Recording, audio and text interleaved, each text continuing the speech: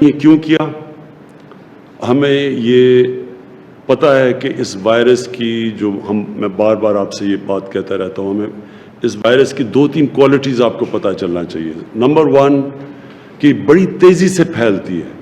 شاید کوئی وائرس اتنی تیزی سے نہیں پھیلتی جب لوگ مجمع جمع ہو، لوگوں کے اندر بڑی تیز ٹریول کرتی ہے۔ تو اس کے لیے دنیا اس نتیجے پہ پہنچی، اور وہ جو لفظ استعمال کرتے ہیں سوشل ڈسٹنسنگ،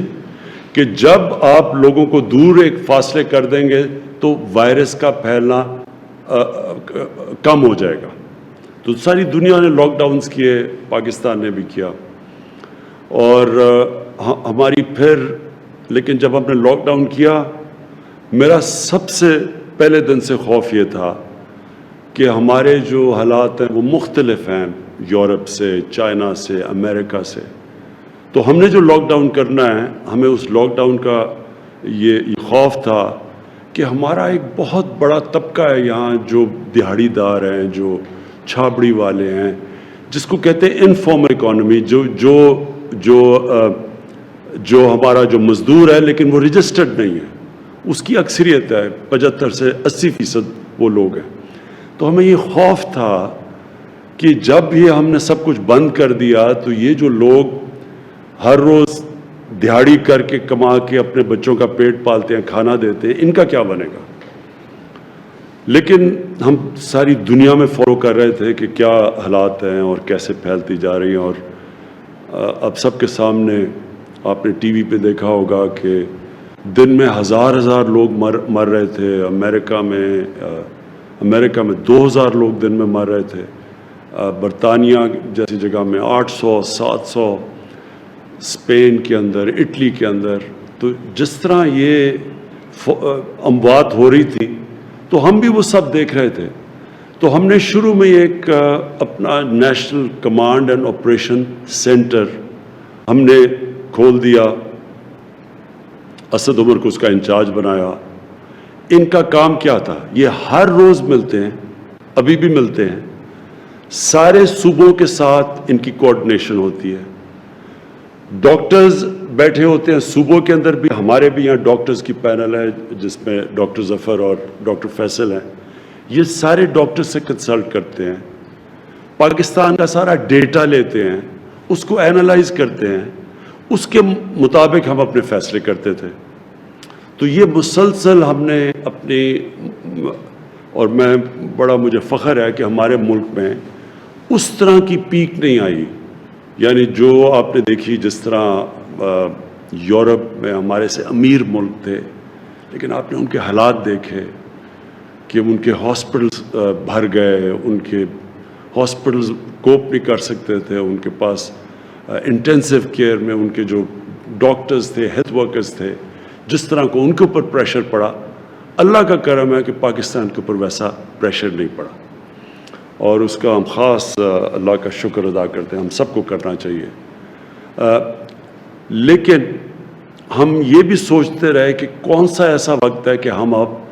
اپنی اکانومی کو کھولنا شروع کریں، اس لاک ڈاؤن کو کم کرنا شروع کریں۔ تو ہم نے آج فیصلے کیے ہیں کئی، اور وہ میں اس کی تفصیل اسد عمر بھی آپ کو بتائیں گے جو ہم نے فیصلے کیے ہیں، اور جو انڈسٹری کے جو ہم نے انڈسٹری میں کھول لیے ہیں شعبے، اس کے حماد اظہر آپ کو بعد میں بتائیں گے۔ ڈاکٹر فیصل آپ کو بتائیں گے کہ جو اوور آل دنیا میں پوزیشن ہے کرونا کی، دنیا میں کیا ہو رہا ہے، اور اس کے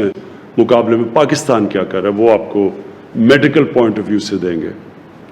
تو یہ کنسلٹیشنز ہماری چلتی تھی ہر روز۔ یہ جو ہم نے فیصلہ کیا، یہ سارے صوبوں کے ساتھ ایک چیز ڈسکس ہوئی، اور ہم نے سب کے ساتھ مل کے یہ فیصلہ کیا کہ اب ہم یہ کئی چیزیں جس کی تفصیل ابھی آپ کو بتائیں گے کہ ہم اپنے آسانیاں پیدا کرنی ہیں۔ کنسٹرکشن ہم نے پہلے کھول دیا تھا، لیکن کنسٹرکشن کی جو باقی کنیکٹڈ ہیں کنسٹرکشن کے ساتھ اور انڈسٹریز، ان کو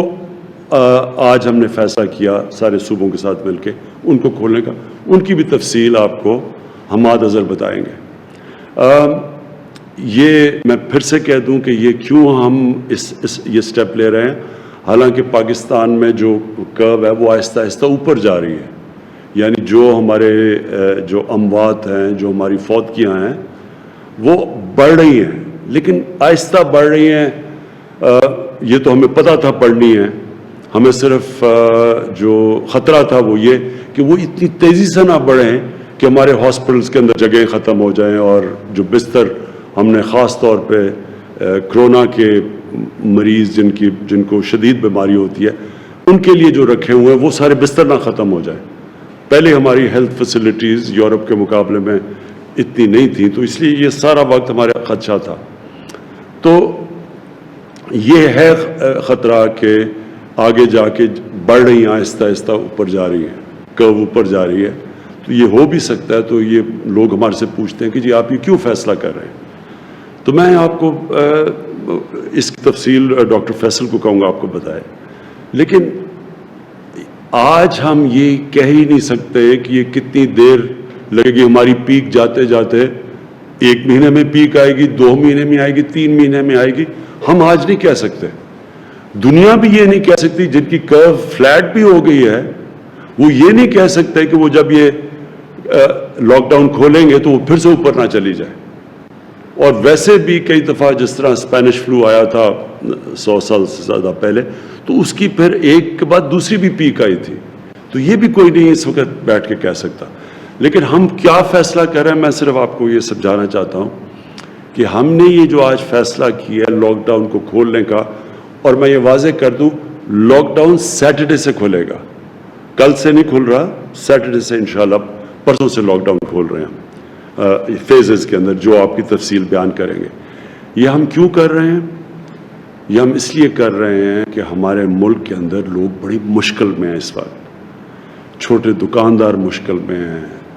جس طرح میں نے پہلے کہا دہاڑی دار مشکل میں ہیں، رکشہ ڈرائیور، ٹیکسی ڈرائیور، یہ جو لوگ محنت کش لوگ ہیں جو ہر روز محنت کر کے اپنے بچوں کا پیٹ پالتے ہیں، یہ سب مشکل میں ہیں۔ سفید پوش مشکل میں ہیں۔ کئی اسمال اور میڈیم انڈسٹری جو اکثریت روزگار دیتی ہے لوگوں کو،